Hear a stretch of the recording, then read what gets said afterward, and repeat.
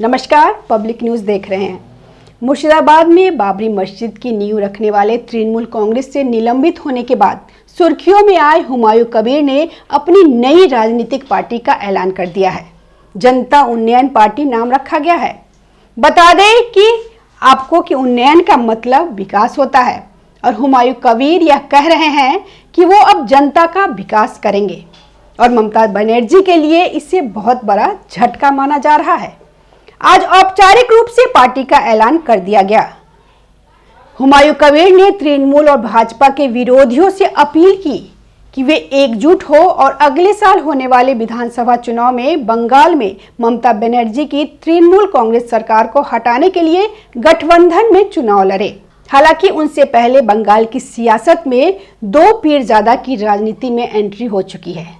एक पीरजादा कांग्रेस के साथ है तो दूसरा पीरजादा सत्तारूढ़ टीएमसी के खेमे में है। ऐसे में टीएमसी से निकाले गए विधायक हुमायूं कबीर के पास एक तीसरा खेमा बनाने का ही विकल्प दिख रहा है, क्योंकि वह बीजेपी के साथ तो जाएंगे नहीं। इस साल मई महीने के अंतिम दिन 31 तारीख को सामाजिक कार्यकर्ता पीरजादा खोवायेव अमीन कांग्रेस में शामिल हो गए। उन्हें पार्टी महासचिव और पश्चिम बंगाल प्रभारी गुलाम अहमद मीर, कांग्रेस के मीडिया और पब्लिसिटी विभाग के चेयरमैन पवन खेड़ा की मौजूदगी में पार्टी में शामिल कराया गया। इसी तरह राजनीतिक ध्रुवीकरण की कोशिश में लगी टीएमसी ने पीरजादा अमीन के कांग्रेस में जाने के कुछ दिन बाद ही फुरफुरा शरीफ के पीरजादा कासिम सिद्दीकी को पार्टी का महासचिव नियुक्त कर दिया।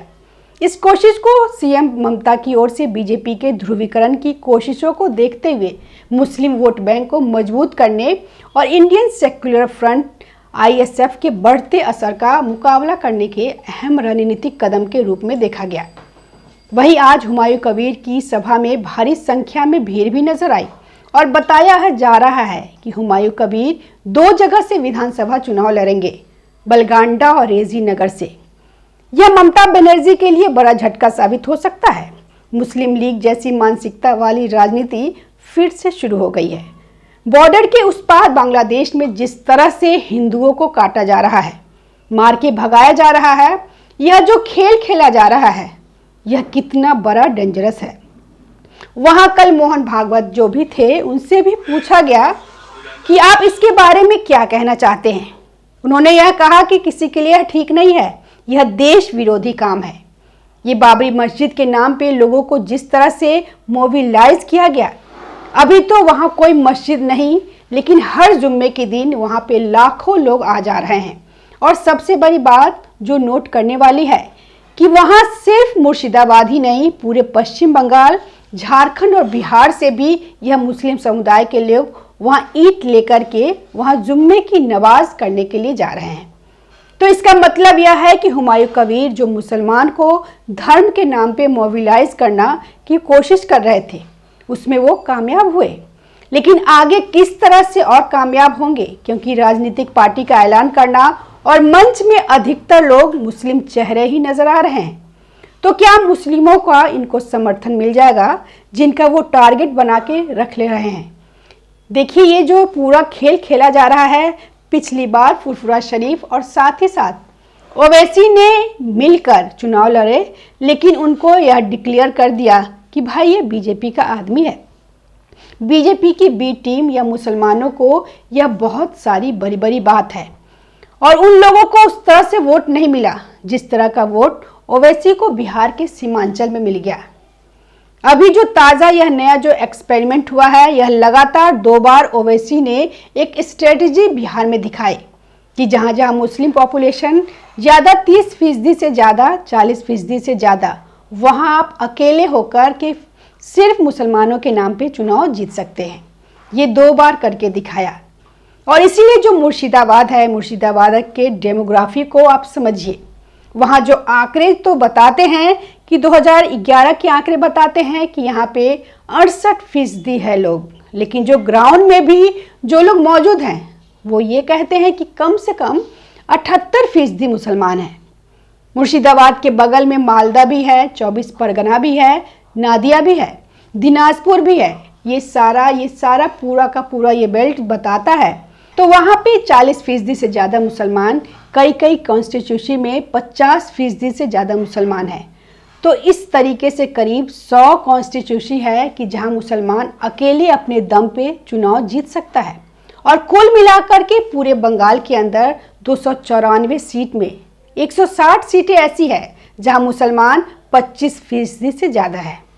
यह भी 2011 के आंकड़े से 2011 के आंकड़े से आप इस बात को समझिए, ये संख्या और भी कहीं ज़्यादा है। तो ये जो 160 सीटों के ऊपर मुसलमानों का वर्चस्व है, मुसलमानों को ये बाकायदा मोबिलाइज कर रहे हैं मस्जिद के नाम पे। तो आगे बताया यह जा रहा है कि अजमल बदरुद्दीन जो है, जो असम के अंदर मुस्लिम पार्टी जो है, वो जो ओवैसी है, वो फुरफुरा शरीफ है, ये 3-4 मुस्लिम पार्टी एक साथ अलग जत्था बनाएंगे। मतलब मुसलमानों की अलग पार्टी, जो काम आज़ादी से पहले हिंदुस्तान में मुस्लिम लीग कर रहा था, यही काम ये कर रहे हैं। और इसको सपोर्ट इसीलिए मिलेगा क्योंकि आप ये देखिए ये क्या कह रहे हैं। ये कह रहे हैं कि हम किंग नहीं बनेंगे, मैं मुख्यमंत्री बनूंगा। वो ये कह रहे हैं कि मैं किंग मेकर बनूंगा, मेरे बगैर कोई सरकार नहीं बनाएगी। तो इसका निशाना क्या है? उनका निशाना है कि वो जो 160 सीटें हैं, जिसमें वो बता रहे हैं कि 135 सीटों के ऊपर हम लड़ेंगे। यह मुस्लिम बहुल इलाका जहां 30 से 35% से ज़्यादा मुस्लिम पॉपुलेशन है।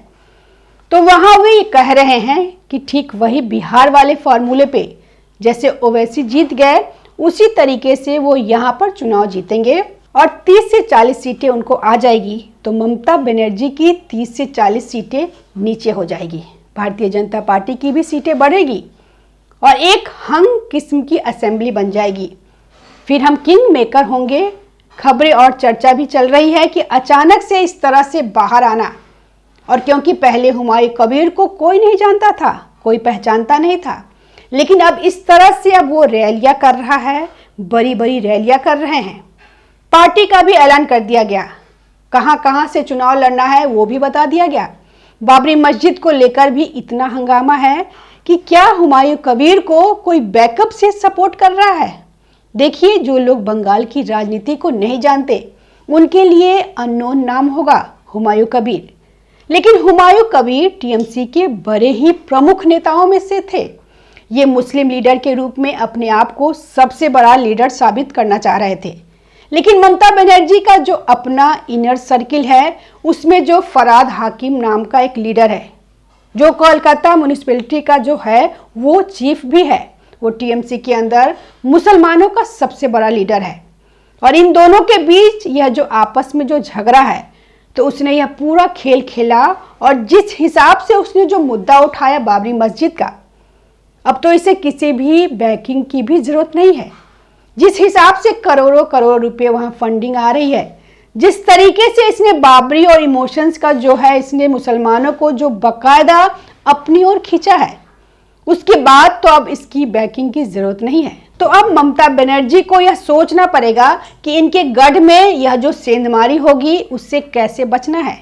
तो ममता बनर्जी का जो मुस्लिम वोट बैंक है, उस पर भी सेंधमारी लगाने की पूरी कोशिश में है हुमायूं कबीर। और जिस तरह से वह एक्टिव है चुनाव से पहले, यह ममता बनर्जी के लिए भी बहुत बड़ा झटका है। धन्यवाद। हमारे वीडियो को लाइक कीजिए, शेयर कीजिए और चैनल को सब्सक्राइब जरूर कीजिए।